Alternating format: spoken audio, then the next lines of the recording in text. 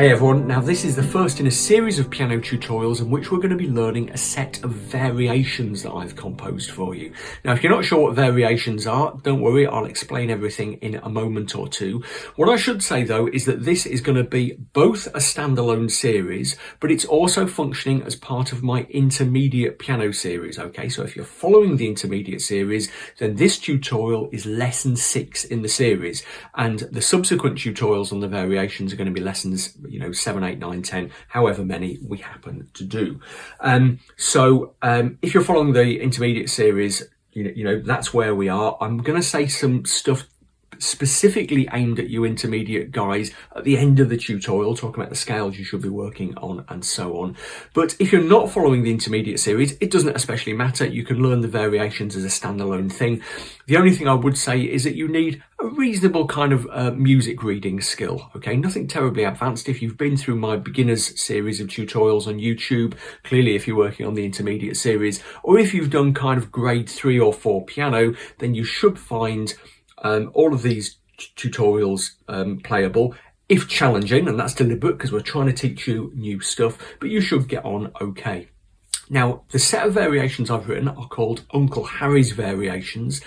The way the form works in variations is that basically you have a theme that you start with, which is a relatively simple piece of music, often based on a simple melody, and then a series of movements which are variations on that theme. And the variations might be melodic, harmonic, rhythmic, dynamic, variations of key, whatever, okay? Composers often take the initial theme and really kind of mess around with it in interesting ways. Lots of the great composers have written variations, so examples like Elgar's Enigma variations, Benjamin Britten's Young Person's Guide to the Orchestra, really famous example, Beethoven's Diabelli variations. What I'll do in the PDF for the tutorial is include a little kind of box of information about the variation form and some links to those pieces that I've just mentioned, so that you can, go and get a feel for how it all works. Okay, so in this tutorial, we are just going to be learning the theme, which you should find reasonably challenging in itself, and you'll find the score for that theme in the PDF that I've just mentioned. Now, to download the PDF, check out the link in the description text right underneath this video on its YouTube watch page. It's just a Google Drive link. I'll probably include versions in both A4 and US letter size if you want to print it off. Also, if you're following the intermediate series, just head over to billspianopages.com/intermediate, and I will list the PDF under lesson 6 on there, so you always know where to find it.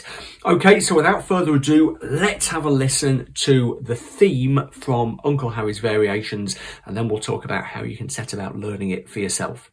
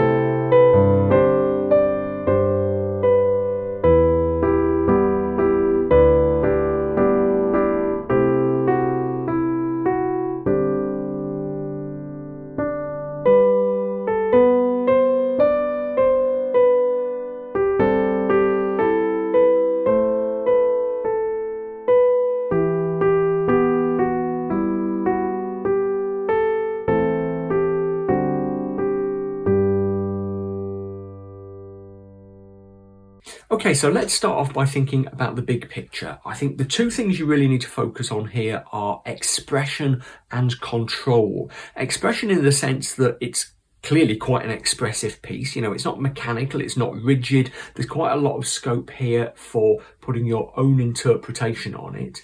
But also control in the sense that a lot of those superficially simple melodies and a lot of those big chords need to be kept kind of even and controlled and expressive, and so they're not kind of jagged or spiky or uneven, okay? And you should find that reasonably challenging, yeah? It doesn't look like a complicated piece of music, it doesn't sound like a complicated piece of music, but you're probably going to find you need to work quite hard especially on the chord control and the melodic control. Certainly when I was playing it, I found it a little bit of a challenge to get exactly the expression that I was after. Okay. Thinking about the tempo marking, larghetto is slowish but not too slow. Okay, so we're in 2/2 time, which often implies a little bit of a clip. So we're not going too slowly, but at the same time, it's kind of, it's not ridiculous. Yeah. Take it a little bit faster or a little bit slower than I did, depending on what you feel like, okay? I certainly wouldn't go a lot faster, but you could go a little bit slower.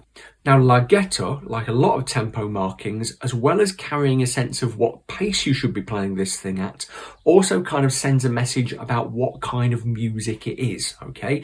Now, to my mind, larghetto implies music that is expressive, dignified, reflective, thoughtful, but not too heavy.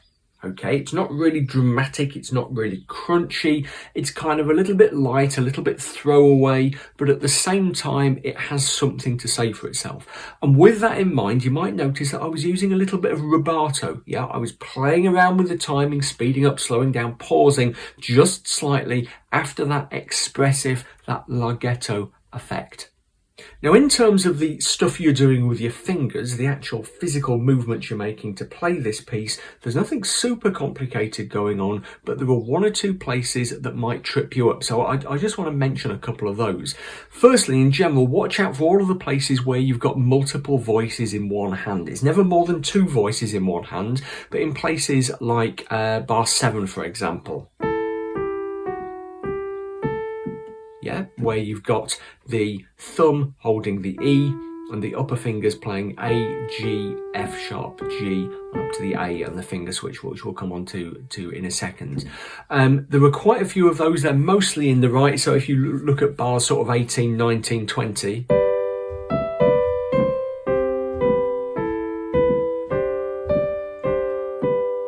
Make sure all of those are good and even and smooth, and you're actually bringing off the lower voices in particular where they are supposed to come off. So for example, in bar 18, it would be really easy to just hang on to that G all through the bar, but that's not what's happening, okay? That's only there for the first 2 beats. That can be quite difficult to do at first. You can get sticky fingers because you're thinking about what, as I call them, because you're thinking about what's happening in the upper part of the hand, so your thumb in particular just stays kind of clamped down on that note, yeah? It takes a little bit of practice, but look for all of those places where you do have multiple voices going on. There are also 1 or 2 little finger switches, okay? So, for example, in bar 8, let's just play the right hand of bar 7.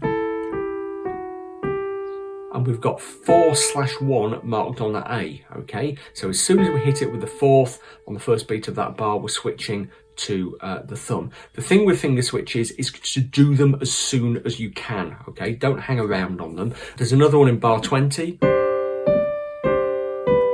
Do it as soon as you can, okay? Again, just watch out for those and practice them in isolation if you need to. In terms of those movements, there's just one thing that you might not have seen before in bar 20 in the left hand, where we've got this little grace note, okay? All that's showing is that we are playing that G down there, marked in the little grace note, immediately before we come onto the chord in the left hand there. And what you're aiming to do is to get the chord on the start of the beat. So that G actually comes right at the end of the previous bar. Let me just play that previous bar, bar 19. Okay, and then I snatch that G. Yeah, let me do that again.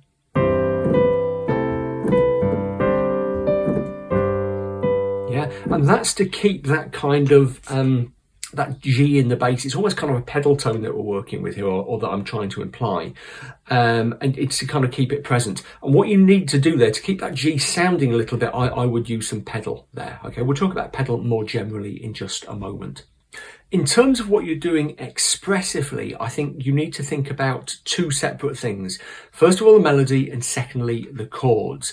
Now, when you're playing the melody, look at the way I've phrased it, okay? If you listen to my performance again, you should hear that the phrasing is quite clear.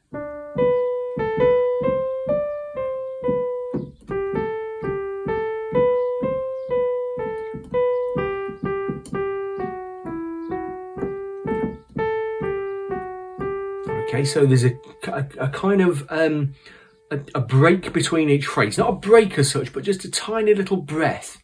Okay, you might find it helps to once you know the melody to kind of sing it along as you play. Okay, because the melody is quite song-like. It's actually based on a song that I wrote years and years and years and years ago when I was a kid for a school show.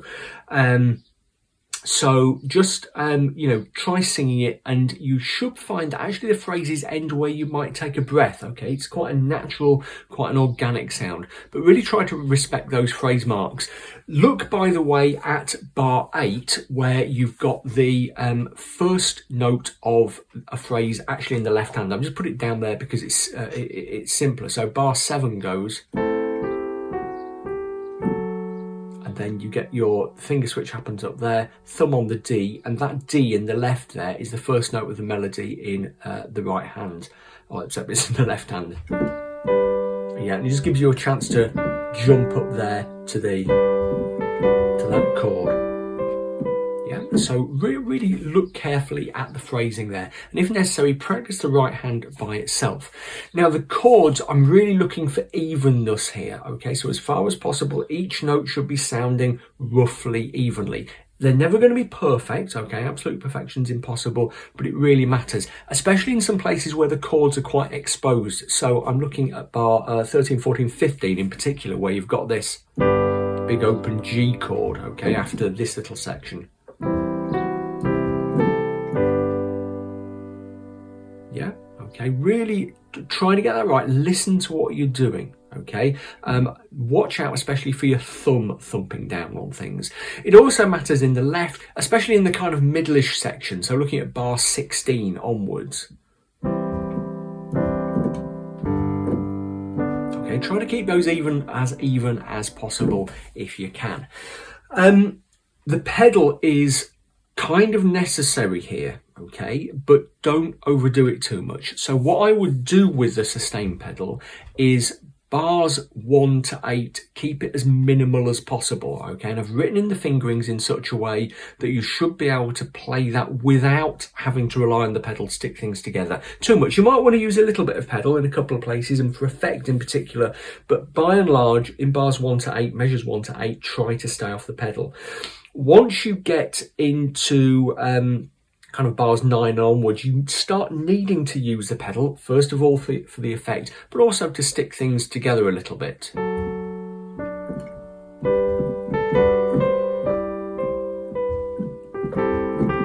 So I'm using the pedal there. If I didn't, it would sound quite jumpy.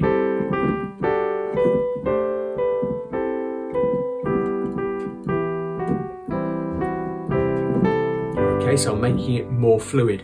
The pedal there also enables you to give it a kind of lightness of touch, so you're not kind of welded to the keys.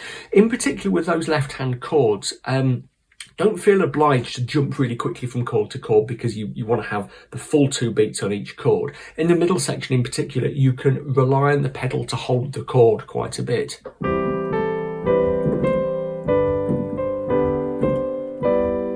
Okay, notice how that I'm doing that, I'm giving myself plenty of time to get between the chords and relying on the pedal to stick things together. But don't let it become mushy, okay? Don't pedal, as far as you can, don't pedal over chords, across chord changes, although a couple of times you might get away with it. But try to keep things clear. So use the pedal to stick things together, to give it that smoothness, that flowingness, to let yourself jump off the keys more easily, but don't create a mush. Okay, and once again, as always, that comes down to listening to what you're doing, yeah, and making sure that it's sounding good and then you're not creating a kind of horrible over resonance mess because you're leaning on the pedal too much.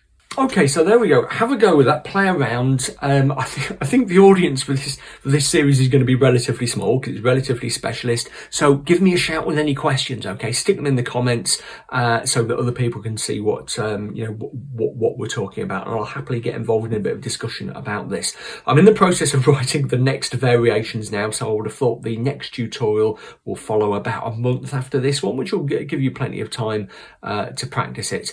If you are following the intermediate series, by the way, I said I would say some specific stuff for you guys. Keep working on the earlier stuff in the series, especially the previous two things, the Mozart and the Clementi, and keep working on your scales. Okay, I'm not going to introduce any more scales for now, but the scales you're working on, I've put a reminder in the PDF. At the end of the PDF, there's a little section for you intermediate guys, so you know what you should be doing. And then in the next tutorial, we'll maybe just do a little bit on some extra scales. Okay, happy practicing. Hope you enjoy this. Grab the PDF. Let me know what you think. Okay, I'm really interested to know what you guys think of this. I'm really interested to know where you're having problems, what's causing challenges, and if you do run into problems, by all means give me a shout and I will try to help you out. Okay, if you're watching this, you're probably subscribed to my channel already, but if you're not, please do hit the subscribe button and follow me on social media as well. All the links are below. And as usual, check out my various offers, my books and my piano packs. I won't kind of do the hard sell here, okay, but look down in the description text under the video and you'll find the links there. And I'll also put some in the little Google cards top right hand corner and in the on the end screen. Check out my Patreon as well, because I'll be discussing this quite a lot on my Patreon crowdfunding page. It doesn't cost very much to sign up and support me on Patreon, and we have a really nice little community going there, and you get lots of kind of free extra Patreon only stuff to play around with as well. Okay, enjoy working on this. I'll see you again soon.